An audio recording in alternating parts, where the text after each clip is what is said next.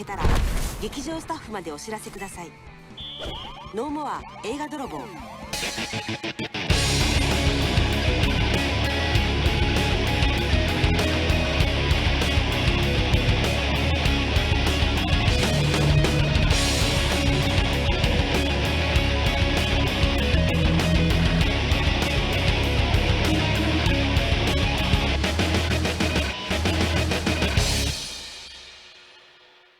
Well, I hope everything's good with you.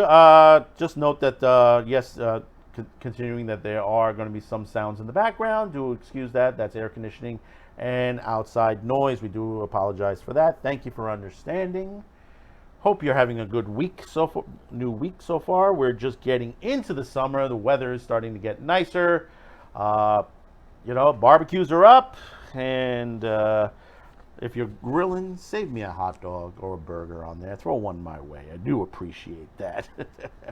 Well, we discussed before the Japanese content laws and the laws that have been going on for quite some time now. That the copyright. We heard that the owner of the pirate manga site, Manga Hina, is going to jail for 3 years and has to pay a lot of restitution, thousands upon thousands of dollars to Japan, to the companies that basically he has done wrong to. We also had a gentleman arrested in a Japanese theater for filming segments of Demon Slayer. That's still ongoing right now. But looks like another gentleman has been caught filming recently in the theaters. This time, this is in Osaka. And he was filming during the screening, and I guess this hasn't been fully released yet, the Detective Conan Scarlet Bullet anime film. And what happened was he had a smartphone with him, and he was filming the footage on there, according to MBS News. The suspect works at a tax office. The tax business must be not doing well, and he has confessed to the crime. He's been charged with violating the Japanese Copyright Act, and news has made the rounds in Japan. This has been warning, is from the video that you've seen about copyright law that Japan has enacted. And you've seen already, they're not joking around. If you get caught filming in a Japanese theater, you will be arrested and charged. They're not joking. I mean, the gentleman that was doing the Demon Slayer one, he said, "Oh, I just like this particular scenes. I was just recording that, so at least I have it and I can watch it over and over and over again." That's still against the law. And they've cracked back on this. They're not going to take this lightly anymore. They've had it. They've had enough of it.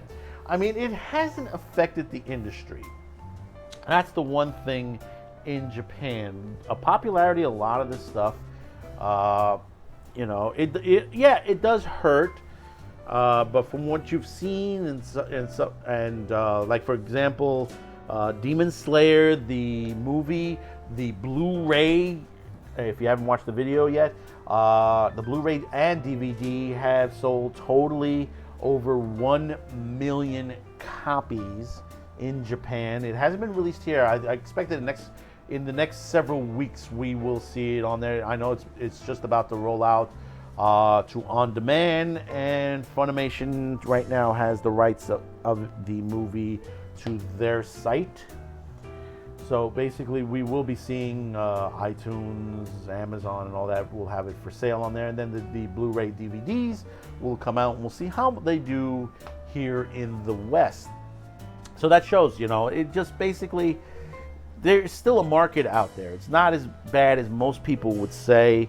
Some of it is fictionalized, like the comic book industry, who has said that basically it's piracy that has ruined the comic book industry. No, it hasn't. It's basically what you put out.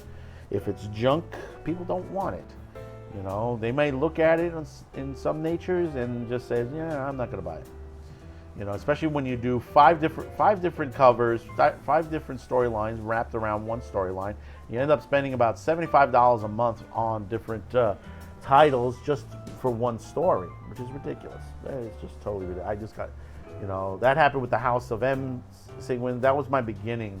You know, I would have to say, even though I liked House of M, I think that was the beginning when I just started to say, you know, yeah, I think it, you know, the time to stop buying comics, because basically if I have to buy 10, 12 comics just for one story, it's ridiculous. You can't wrap it into one storyline. You know, that's plenty of content. That's plenty of content. But getting back to the copyright, you know, you have the RIAA and the MPAA, you know, and all these companies that they just want you to stop pirating their stuff. In some ways, this is not condoning piracy, but in some ways it does work out for some of these companies, because basically you have to remember, some of these people look at it and they say, well, I do like it, maybe I should just go out and get it, and that's what happens.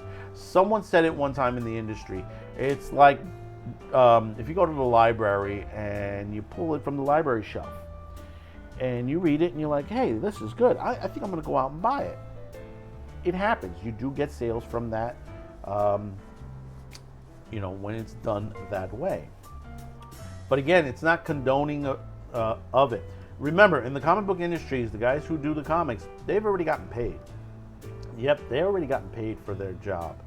You know, a lot of them are not getting those little royalty checks and stuff like that. Most of them, they get paid for what they do, and that's it. In and out. So we'll see what happens with this particular gentleman. Shame on him. And we've reached this part of the video. Thank you for tuning in. Comment, subscribe, like, share this video. Don't forget, please support your local YouTuber independent producer. They would appreciate it. You know, whether it's local or abroad, no matter who it is, whether it's a Nerdrotic, or whether it's a heel versus babyface, double toasted, you know, do support them. We do need your help here on these channels. It's becoming harder and harder to basically maintain these channels, because it's up to you the viewers on there. We have to show them that we're producing good shows. This is what people want on there. You know, they just keep flooding network shows and celebrities at everyone on YouTube, and that's not what YouTube was built on. This is why Twitch is in the situations. If you watch the video which I discussed about the hot tubs and the ASMRs, you know, that's not what Twitch was originally made for. It was made for gaming, and then slowly it's being perverted into pornography on there. So until next time, thank you for tuning in. Bye-bye now. And have always sought an end of toil and misery. If it can't be given, it has to be achieved. There is hope. But it has to come from inside. Wow. The man himself. Cool. James Arness will be back in Sweet Facts. No, Peter Graves. Ha ha ha.